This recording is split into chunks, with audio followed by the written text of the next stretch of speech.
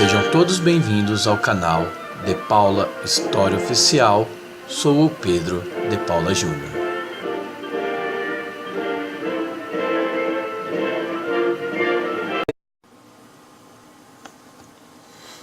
Bom dia, pessoal. 1h30 da manhã. Vamos dar continuidade ao decorrer da matéria. Agora, iniciando a parte 2, vamos estar falando da América Central. Estamos na unidade 2 sobre a independência da América Espanhola. A primeira parte falamos sobre a luta de independência do México. Agora vamos falar da América Central. Vamos lá. América Central. Toda a América Central era governada a partir da cidade de Guatemala, abrangendo um território que ia desde as províncias de Chiapas, que após a independência foi incorporada ao México, até as fronteiras da província do Panamá. Essa província panamenha pertencia ao vice-reinado que abarcava toda a América do Sul. Nova Granada era considerada parte do território colombiano.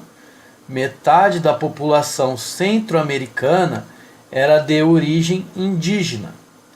A maioria da outra parte dessa população era composta por mestiços e mulatos. O poder e a economia eram controlados por uma minoria de brancos. Nesse grupo, pouquíssimos eram nascidos na Europa. A elite crioula era o grupo reformista. Ana, 1991. O conteúdo das proposições reformistas dos crioulos não era a independência. Desejavam apenas desenvolver o comércio, as navegações e a agricultura. Atividades articuladas diretamente com sua condição social. Construíram uma lista de petições de teor liberal. Entre essas petições, queriam reduzir as restrições comerciais às quais estavam submetidos e um incentivo para a produção na colônia. No contexto centro-americano, os embates se davam principalmente em torno do monopólio colonial espanhol. Ana, 1991. Em 1822, a cidade da Guatemala, após uma série de tensões e intensos embates, foi incorporada ao Império Mexicano, governado por Iturbide.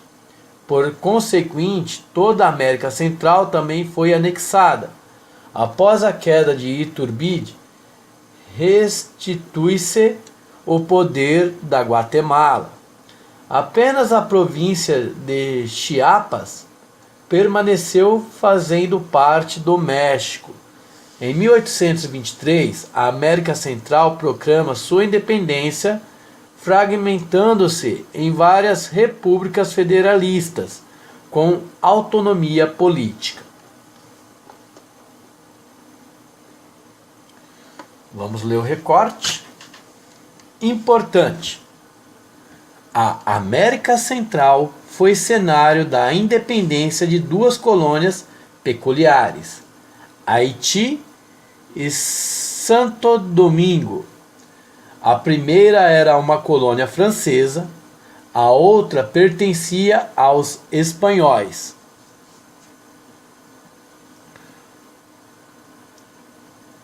Um tratado de 1795 incorporou colônia espanhola francesa.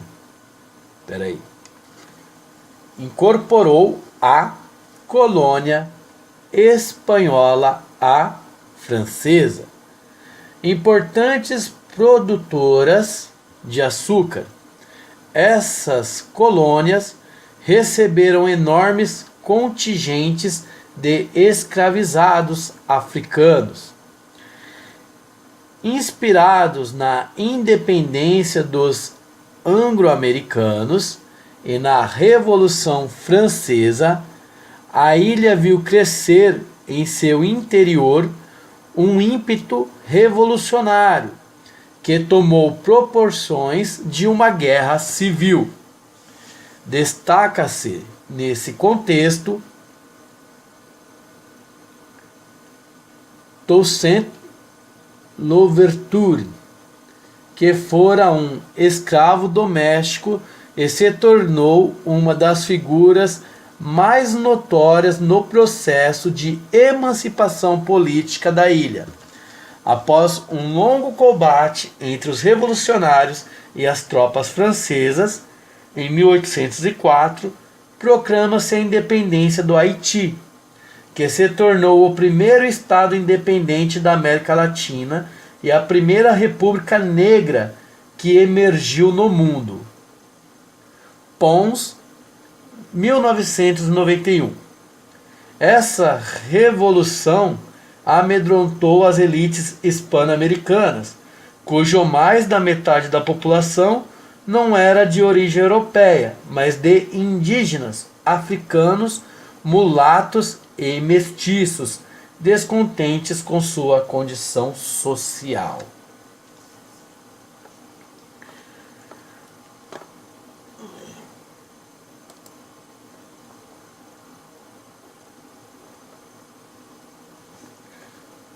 Outro caso peculiar foi o de Cuba e Porto Rico, que após a independência de todo o continente americano, permaneceram sobre a posse espanhola.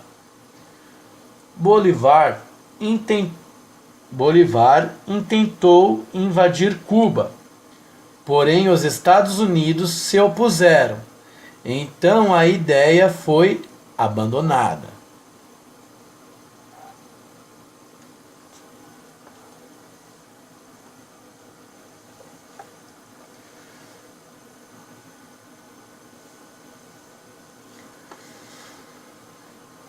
Vamos lá? América do Sul. Tal como ocorreu com o México e a América Central, a América do Sul espanhola também sofreu efeitos da crise do poder imperial espanhol, instaurada com a invasão do Reino Espanhol por Napoleão Bonaparte em 1808. Com essa invasão, os hispano-americanos foram submetidos ao governo de José Bonaparte, irmão de Napoleão, colocado no trono no lugar do destituído rei espanhol Fernando VII. Entre os que resistiram a essa imposição francesa, formaram-se juntas provisórias para governar em nome da monarquia destituída. Cogitou-se também por provisoriamente no trono Carlota, irmã do monarca espanhol Fernando VII. Ela era casada com Dom João, monarca português, que com a invasão napoleônica em Portugal, tomou o rumo do Brasil com sua família. Poucos defendiam aproveitar a ocasião para instituir a independência. Os movimentos de independência que se seguiram após essa crise de poder imperial foram derrotados.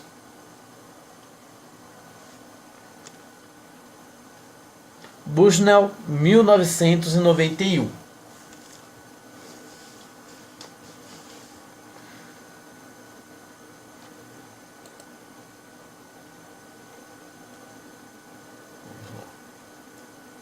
Tradicionalmente, a historiografia relaciona os movimentos que ocorreram no cenário sul-americano no contexto do colapso do poder provocado por Napoleão. A revolução que ocorreu na América do Norte, a independência dos Estados Unidos 1776, e a Revolução Francesa, 1779, é possível encontrar neles correspondências com essas revoluções, principalmente no plano de suas prerrogativas iluministas, embora não se possa esquivar-se do peso de alguns acontecimentos externos articulados diretamente com a realidade americana.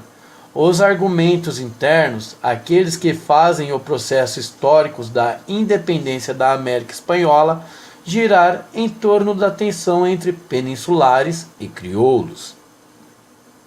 São mais consistentes os anglo-americanos. Após sua independência, estavam preocupados apenas com suas fronteiras. Eram descrentes quanto ao futuro dos outros povos americanos, assumindo uma posição de neutralidade. A Europa estava mergulhada nas guerras napoleônicas. Em virtude disso, nenhum auxílio externo concreto encontrou lugar nos movimentos que ocorreram entre os hispano-americanos. Bushnell, 1991.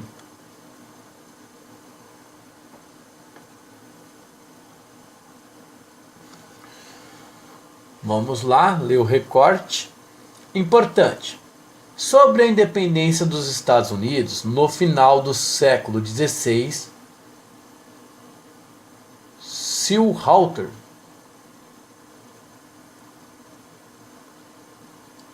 vai ser meio complicado ler alguns nomes aqui, né? Ler a pronúncia certa. Vou tentar ler como está escrito. Sir Walter Raleigh recebe da rainha Elizabeth I da Inglaterra uma carta de doação de terra, dando início à colonização inglesa na América, principiando com a colônia da Virgínia em 1733. Os anglo-americanos tinham constituído 13 colônias na América. No período que antecedeu a independência norte-americana, a Inglaterra tinha aumentado significativamente o controle político e econômico sobre suas colônias americanas. Essa circunstância suscitou embates importantes entre os colonos e os soldados ingleses, entre os quais podemos destacar o massacre de Boston em 1770.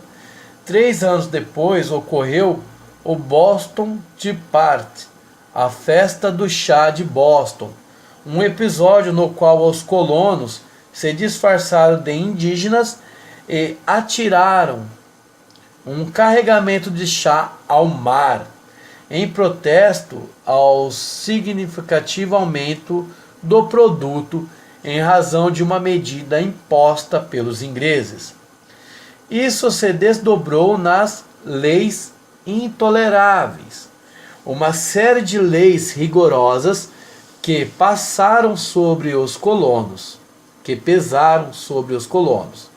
Após um longo e tenso debate, em 1776, os colonos decidem se desligar da Inglaterra.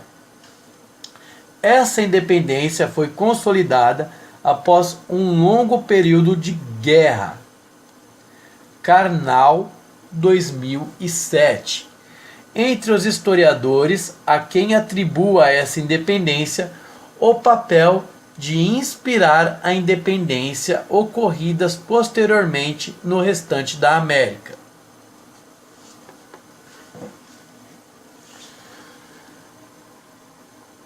A Venezuela foi o primeiro país hispano-americano que declarou independência à elite comercial e agrária.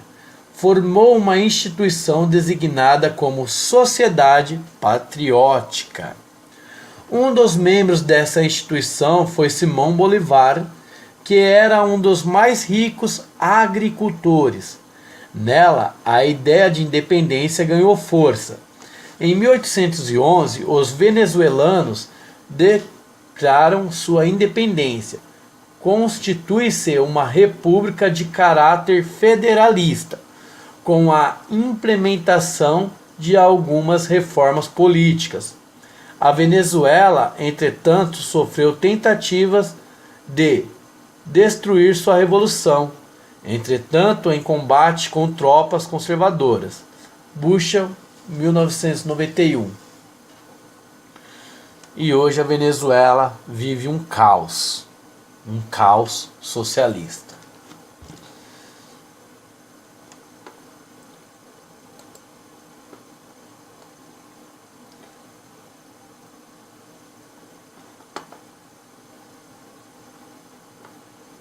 No ano seguinte, Bolívar estava em Nova Granada, Colômbia, com o intuito de conquistar a região para a causa revolucionária, mas encontrou nela ainda persistente lealdade à coroa espanhola, especificamente no Panamá, que fazia parte da Gran Colônia. Entretanto, as províncias colombianas, no transcorrer dos anos seguintes, foram proclamando sua independência, não sem entrar em conflito com os encraves monarquistas que persistiam dentro de seu território. Em 1816, a região da Nova Granada, Colômbia, tal como Venezuela e algumas províncias do Equador, eram independentes. Neste mesmo ano, o vice-reinado do Rei de La Plata, região que compreendia desde o Alto Peru até as províncias uruguaias, o Paraguai, desde 1811, através de um golpe, seguiu um caminho político independente. O Chile, até meados de 1817, quando a expedição comandada por San Martins o libertou, estava mergulhado em uma disputa entre as forças reformadoras e pró-monárquicas. Bushel, 1991.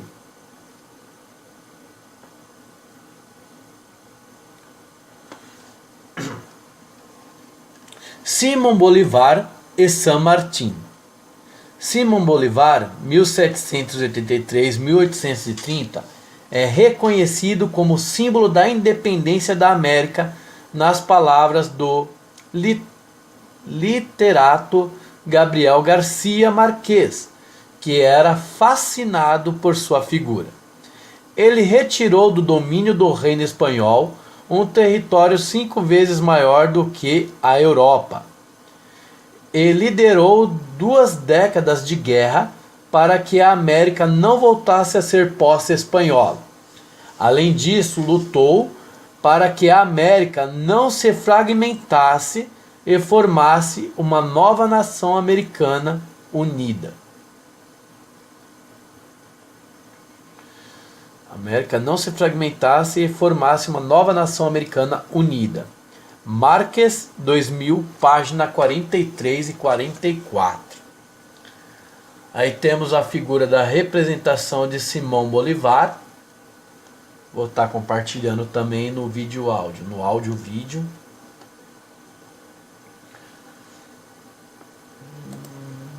Bom, vamos lá.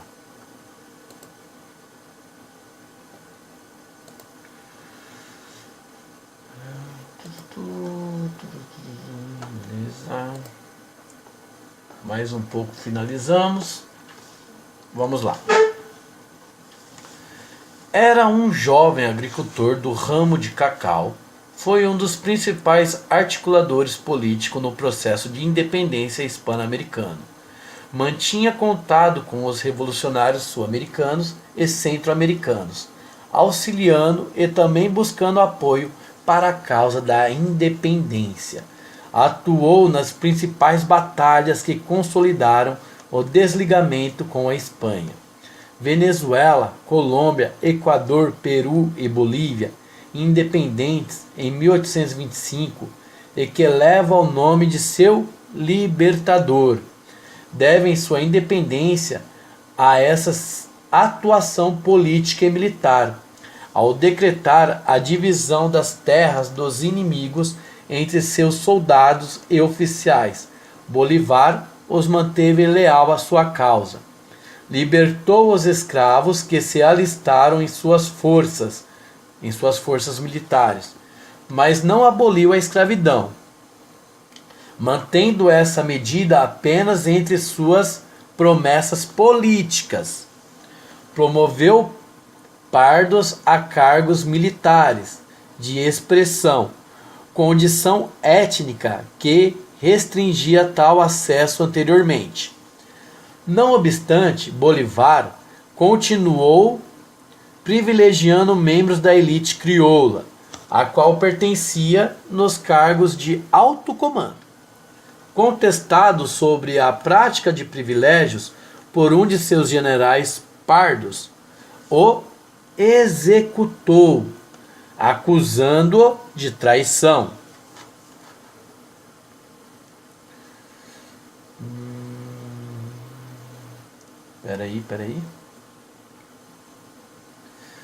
Peraí, pessoal, acho que eu me perdi aqui na leitura, deixa eu encontrar aqui. Tá, achei. O executou, acusando-o de traição. Buscava tornar as nações independentes repúblicas sólidas, regidas por um pensamento político liberal, e propunha sua unificação. Em vista disso, é considerado o líder da Revolução de Independência Hispano-Americana. Bolívar encontrou-se com San Martín, 1778-1850, um general também importante na história da independência hispano-americana. O teor dessa conversa é polêmico. San Martín lhe havia solicitado reforços para completar a independência do Peru. Bolívar, acredita-se, negou esse auxílio. San Martín teria se retirado e deixado a tarefa de tornar o Peru independente para Bolívar. Buchel, 1991.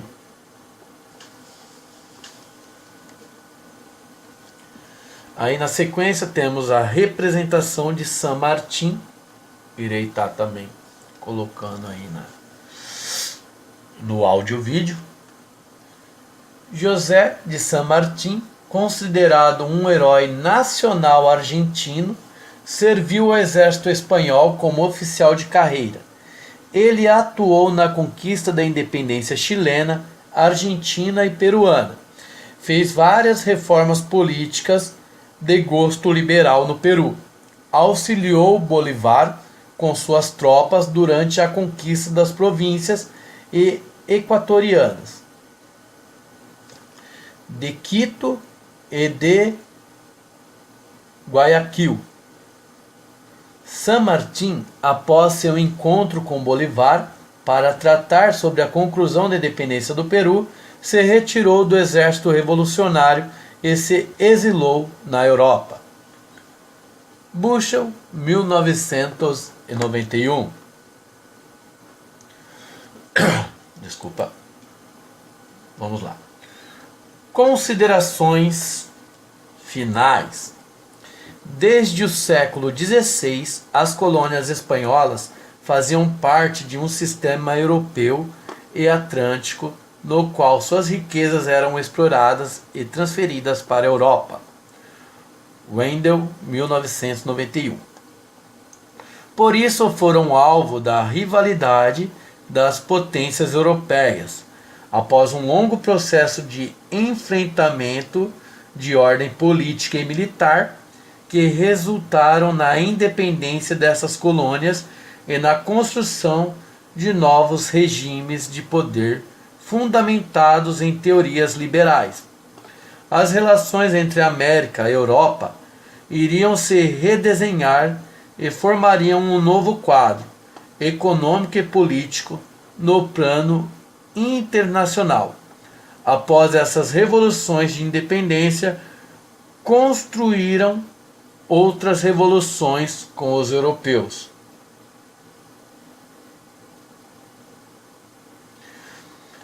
Construiriam outras relações com os europeus. Ratificando aqui a leitura, após essas revoluções de independência, construiriam outras relações com os europeus. Bom, chegamos ao fim da leitura da unidade 2.